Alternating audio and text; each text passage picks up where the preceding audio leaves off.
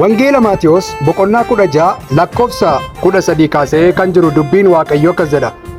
Yesuus gara naanna'aa mandara Qiisaariyaa Filiphos yommuu dhaqe namoonni ilma namaatii eenyu jedhu jedhee bartoota isaa gaafate.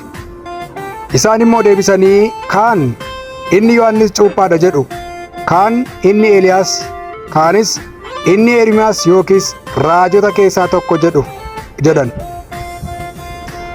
Yesuus immoo isinoo eenyu anaan jettu jedhee isaan gaafate. Simoon Phexros deebisee ati Masiihicha ilma Waaqayyo jiraataati jedhe. Kana irratti Yesuus deebisee yaa Simoon ilma Yoonaa ati kan ayyaanamteedha. Kan abbaa koo isa Waaqa irra jirutu sitti mul'ise malee yaadni nama foonii sitti hin mul'ifne jedhe. Gooftaa Yesuus gaaffiiwwan wal fakkaatoo ta'an garee lama gaafate. Inni jalqabaa namoonni eenyu anaan jedhu jedhee bartoota gaafate. Isaan immoo deebisanii warri kaan Eeliyaas siin jedhu, warri kaan raajota keessaa tokko siin jedhu, warri kaan Eeliyaas siin jedhu, warri kaan immoo Yohannis Cuuphaadhaa siin jedhu jedhanii deebisaniif. Kana irratti Yesuus waan tokkoyyuu isaaniin hin jenne, yookaan Eeliyaasidhaan hin jenneen, yookaan ani raajota keessaa tokkodha hin jenneen, yookaan ani Ermiyaasidhaan hin jenneen. Gaaffii itti aanu garee lammaffaa gaafate.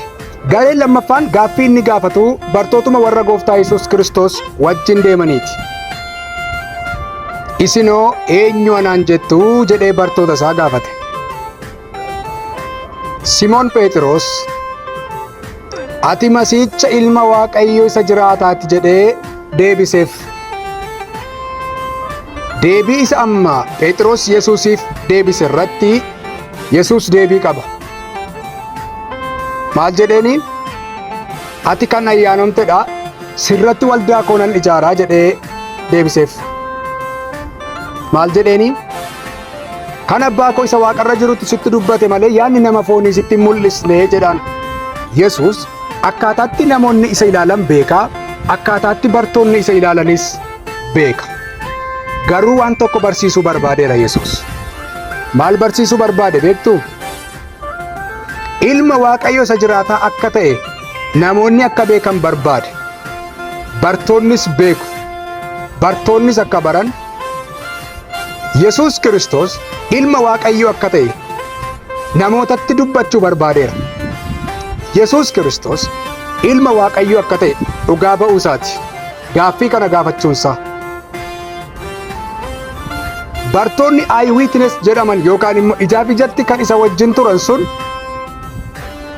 Yesuus Kiristoos akka inni ilma Waaqayyoo ta'e dubbataniiru.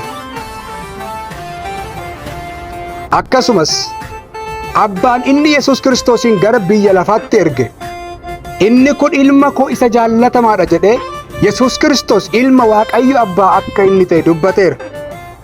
Yesuus Kiristoosis ofii isaatii ilma Waaqayyoo akka ta'e dubbateera.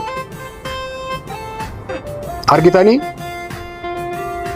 Ilma Waaqayyootti amanuun hammam akka inni jireenya bara baraa namaa kennu seexanni waan beekuudhaaf akka namoonni Yesuus Kiristoosin ilma Waaqayyoo ta'uusaa hin amannetti yaada qalbii isaanii duucheera. Gurra qalbii isaanii duuche. Maaliif? Yesuus Kiristoosin ilma Waaqayyoodha jechuun oduuwwan biyya lafaa kana keessaa, ajandaa biyya lafaa kana keessa ka'anii namni yeroo ho'isee bira darbee kaleessa dubbachaa ture ammoo dagatu ton ta'in bara baraan kan namni darbee ittiin jiraatudha.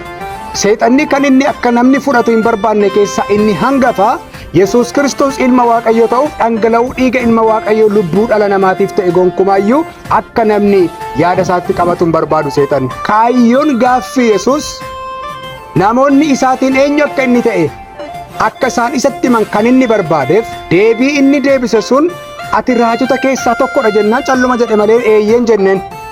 Waan baay'ee nama ajaa'ibu ati ilma Waaqayyooti jennaan garuu isa kana abbaa kootu sitti mul'ise jedhee Phexrositti dubbate. Maaliif? Yaada Waaqayyooti waan ta'eef. Yesuus ilma Waaqayyoo akka ta'e kan dubbate Waaqayyoodha. Yesuus ilma Waaqayyoo akka inni ta'e kan dubbate warra ijaan arganidha. Sababii kanaaf ragaawwan kana sadan irra darbinaan namni kamiyyuu jireenya bara baraa argachuu hin danda'u. Inni tokkoffaan isa Waaqayyo abbaan ofiisaa dubbate, Inni lammaffaan Yesuus Kiristoos ilmi Waaqayyoo inni dubbate. Inni sadaffaan bartoota warra Yesuus Kiristoos wajjin turan kan isaan dubbatanidha. Warri kun Yesuus Kiristoos ilma Waaqayyoo ta'uusaa ragaa ba'aniiru.